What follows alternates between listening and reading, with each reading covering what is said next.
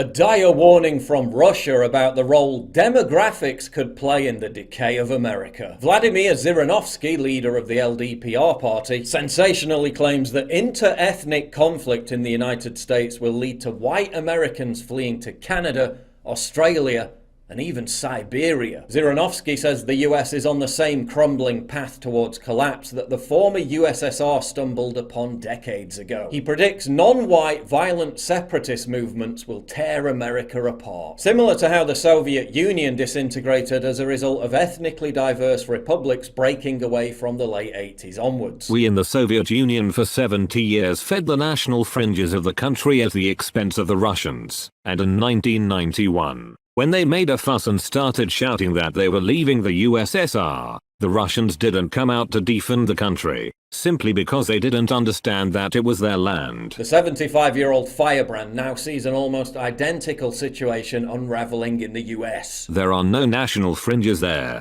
but there are African Americans, Mexicans, non-whites in general, who are already dictating their will, and whites are increasingly forbidden to talk about their rights, their culture, their history. The nationalists went on to assert that in 10 years, white Americans will be rushing for the exit to safe colonies in more stable white countries such as Canada or Australia. They might even ask us to settle a few million people somewhere in Siberia. Zhirinovsky thinks that the exodus will lead to a brain drain that will ultimately trigger the decay and disintegration of the United States. The new majority will not be able to maintain the same high level of technological development, economy, life, democracy, and so on. I think that white people are committed to being villains. We gotta take these motherfuckers out. Zhirinovsky's warning is somewhat similar to that of Soviet defector Yuri Bezmenov. In 1984, Bezmenov revealed plans by the KGB to subvert the United States, not by using cloak and dagger spycraft or funding violent revolutionaries, but by using, quote, active measures,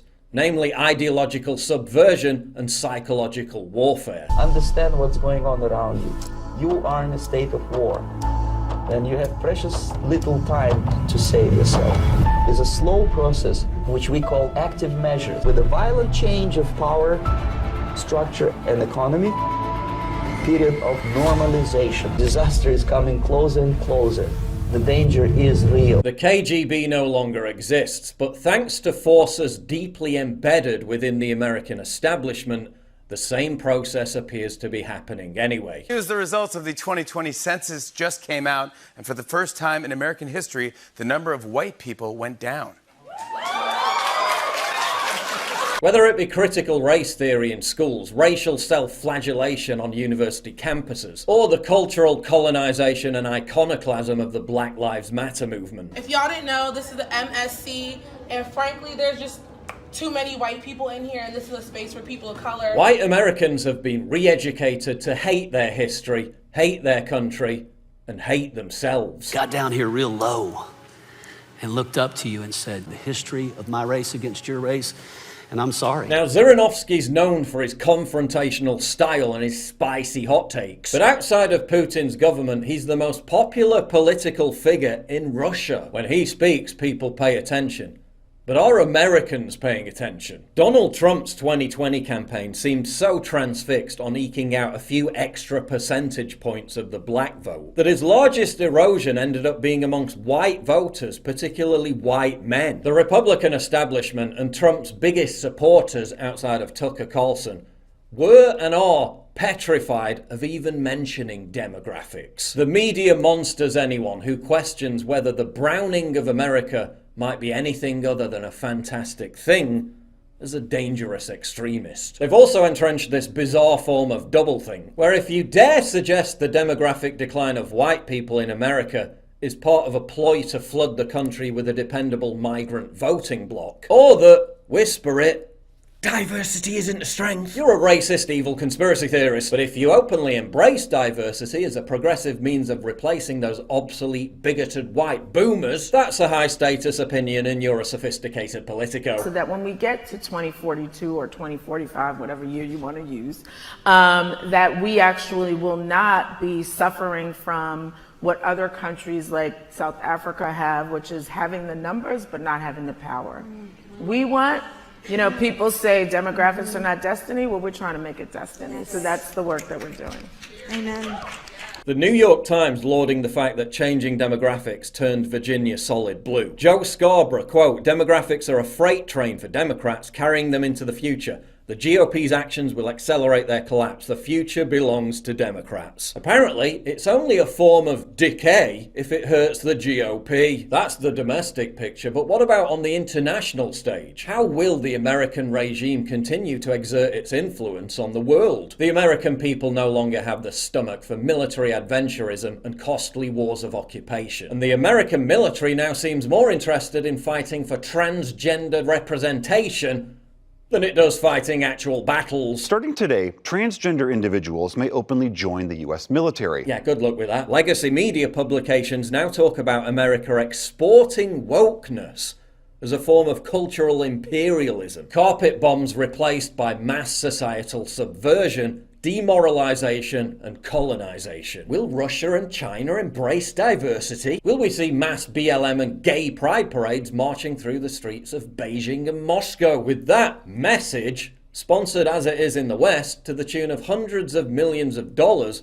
by some of the world's corporate behemoths. Yeah, can't see it myself. Sometimes children from the very young age, children are being told that they have a choice in becoming a girl or a boy.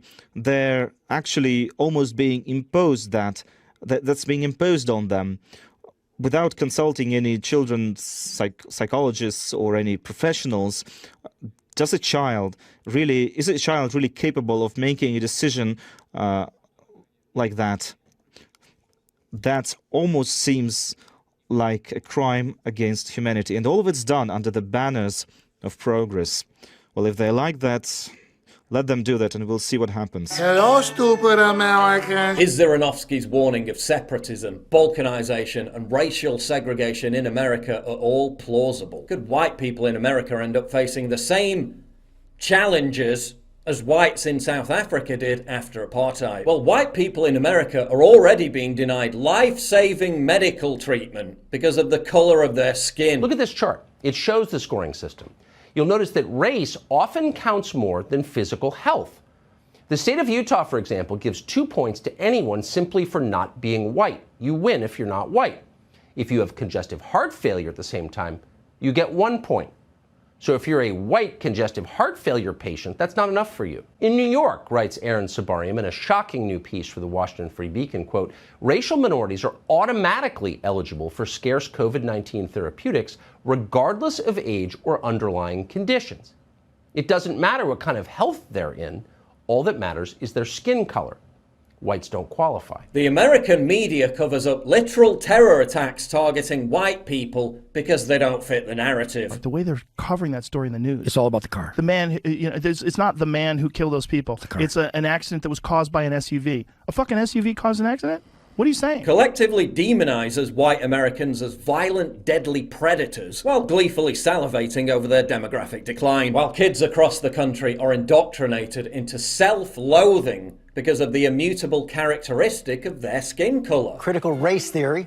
It's an approach to teaching of American history and civics that argues systemic racism is woven into American law and institutions. Critical race theory is not being taught in K-12 schools. None of those states are teaching critical race theory in their K-12 schools, man. But it doesn't exist. Your sixth graders not being taught critical race theory. Critical race theory is not taught in elementary schools or middle school or high schools. It's taught in law school. Critical race theory, which isn't real. Just to be clear, it's not in the curriculum. All the CRT stuff is trumped up dog whistling. We do not teach critical race theory here in Virginia. It has never been taught. It not being taught in schools, that's 100% correct.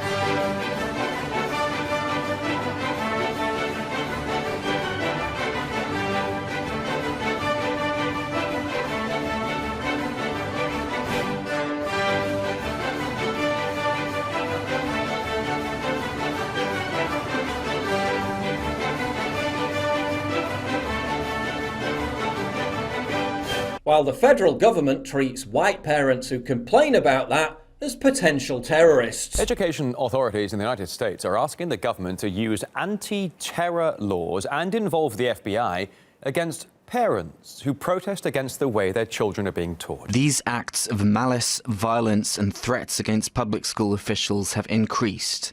The classification of these heinous actions could be the equivalent to a form of domestic terrorism. While employees at firms that collectively hire millions of people are being forced to participate in white guilt struggle sessions, while the US military-industrial complex is now directly targeting angry white Americans as the primary domestic extremist threat. And I want to understand white rage, and I'm white, and I want to understand it. And to top it all off, the President of the United States thinks the demographic decline of white people is a good thing. Not only our Muslim communities, but African communities, Asian communities, Hispanic communities, and the wave still continues.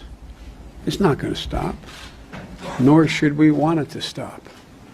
As a matter of fact, it's one of the things I think we can be most proud of. An unrelenting stream of immigration. Non-stop. Non-stop. Folks like me who are Caucasian of European descent, for the first time in 2017, will be in an absolute minority in the United States of America. Absolute minority. Fewer than 50% of the people in America from then and on will be white European stock. That's not a bad thing. What could possibly go wrong?